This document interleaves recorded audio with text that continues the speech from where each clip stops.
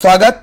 और लगातार खैर आपको सुना जाता है और चर्चा सिर्फ इस बात पर ही नहीं कि ये हुआ क्या है, बातें इस बात की भी कि शिव पुराण को अगर घर घर किसी ने पहुंचाया तो वो आप। सबसे पहले मैं आपसे जानना चाहूंगा कहां किस तरह से विवाद खड़ा हुआ और क्या कुछ आप इसे लेकर कहना चाहते हैं। जी प्लीज।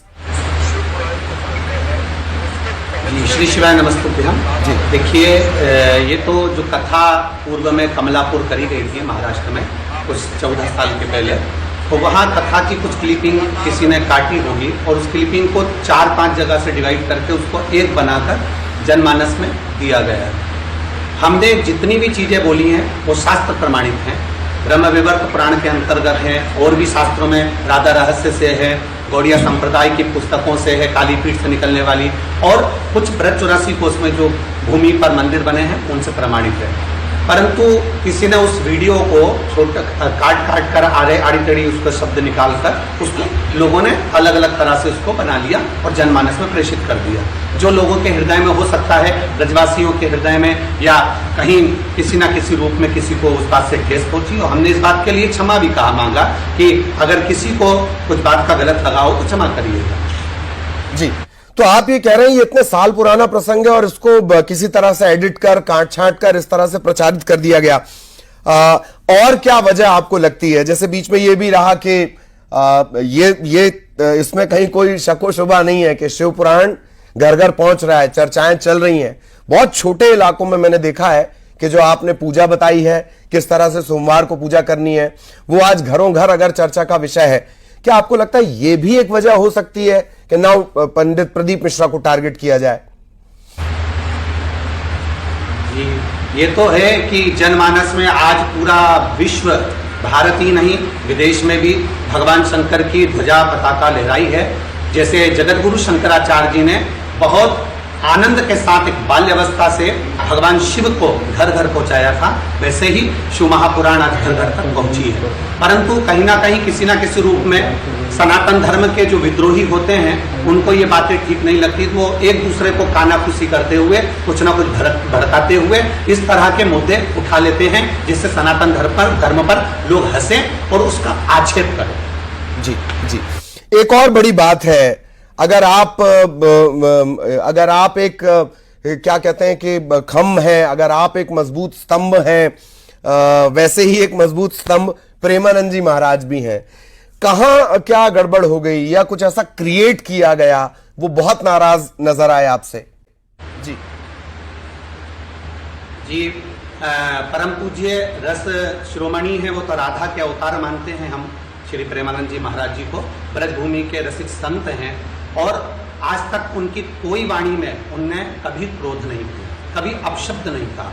उनकी वाणी जनमानस में नवयुवक बच्चे, छोटे बच्चे, बड़े बच्चे सबको पसंद आती है, और वो ज्ञानी उस तरह का देते हैं। हम खुद भी उनको फॉलो करते हैं, हम खुद भी उनको श्रवण करते हैं, और समझ में नहीं आया जो कहीं ना कहीं कुछ लोग ऐसे हैं जो कि इस तरह का मुद्दा बनाकर हमारे को बदनाम करना चाहते हैं, हमारी जो फॉलोइंग है उसको नष्ट करना चाहते हैं, जनमानस में जो प्रेम जमा हुआ है, विश्वास जमा हुआ है, उसको नष्ट करना चाहते हैं। तो कई लोग ऐसे हैं, तो उन्होंने महाराज जी के पास में जाकर उस वीडियो को दिखाया होगा जो काट छांट वाली है। हमने अपनी व्यासपीठ से पूज्य गुरुदेव को प्रणाम किया है, नमन किया है कि गुरुजी मुझे बुलाते, मैं पूरे उनके चरणों में साष्टांग दंडवत करते हुए जाता, और सब चीज मेरे पास में जो चीज में मैंने बोला है, जो चीज मेरे पास में है वह मैं उनको वहां जाकर दिखाता। पर हो सकता है किसी कारणवश उन्होंने वीडियो किसी ने किस तरह से दिखाया, उनके पास में बैठने वाले ने उनको किस तरह से बताया, किस तरह से कुछ गलत विचार कह दिए। जब एक मंथरा राजरानी कैकेयी जो भगवान राम को इतना प्रेम करती थी, उनको भड़का देती है और राम जी को 14 वर्ष के लिए वन भेज देती हैं, तो हो सकता है जिन्होंने उनको वीडियो दिखाई वो गलत तरह से दिखाई, गलत विचार उनके सामने रखा, इसलिए पूज्य गुरुदेव के मुख से शब्द निकला। बाकी के उनसे मेरा कोई विवाद नहीं, और उनका भी मेरे ऊपर आशीर्वाद बना रहे। मैं तो उनके चरणों का दास हूँ, उनके चरणों को प्रणाम करता हूं। जी, आप उनके चरणों को प्रणाम भी कर रहे हैं। ये तय है कि कहीं ना कहीं कोई इस तरह से कुछ क्रिएट किया गया है जो शायद उन्हें इतना नाराज कर गया है। मैं ये भी जानना चाह रहा हूं कि राधा रानी को लेकर एक बात है, शादी से जुड़ा जो प्रसंग है, एक उनके जन्म से जुड़ा प्रसंग है। तो एक्चुअली ये है क्या, ये आप हमारे दर्शकों को बताइए। देखिए, रावल गांव में मेरी राधा रानी का जन्म हुआ, उनका प्रागट्य हुआ। बरसाने में जाकर निवास किया, बरसाने की पवित्र भूमि। वैसे तो ब्रज की पवित्र भूमि पर एक एक कण में 84 कोस में राधा जी सर्वस्व विराजमान हैं। भगवान स्वयं राधा रानी को ब्रज छोड़कर जब भगवान गए द्वारका के लिए, तो राधा रानी को पूरा ब्रज देकर गए हैं कि राधा तुमको जो भजेगा कृष्ण उसके पीछे चले। तो मेरी राधा रानी तो पूरे ब्रज में निवास करती हैं। कहीं ऐसा नहीं कि बरसाने में राधा रानी नहीं है, या रावल गांव में राधा रानी नहीं है, या वृंदावन में राधा रानी नहीं है, या मथुरा में राधा रानी नहीं। प्रत्येक स्थान पर, ब्रज के स्टेशन पर, मथुरा के रेलवे स्टेशन पर जब आप रेल से उतरते हैं, चरण रज आपको जब लगती है तो राधा राधा अपने आप आपके मुख से निकलता है। राधा सर्वस्व विराजमान है। किसी के कहने से कि राधा जी यहाँ नहीं है या राधा जी वहां नहीं है, ये गलत प्रसंग है। ये लोगों ने केवल एक मुद्दा बना रखा है किसी ना किसी तरह से उसको बदनाम करने के लिए। बाकी का विवाह का जो प्रसंग है, वे ब्रह्म वैवर्त पुराण के अंतर्गत 174 नंबर पेज में गीता प्रेस गोरख की जो पुस्तक है उसके अंदर इसका वर्णन आता है कि भगवान स्वयं भगवान कृष्ण की साक्षी और आनंद के साथ में वृषभानु जी राधा जी का विवाह अरण्य घोष के साथ में पक्का करते हैं। जब अरण्य घोष के साथ पक्का करते हैं तो राधा जी अपनी छाया वहां छोड़ती हैं और राधा जी की छाया के साथ में उनका विवाह होता है। अब प्रसंग ये आता है कि रावण हरण किसको कर लेकर गया? अगर किसी से पूछा जाए तो वो कहेंगे सीता जी का।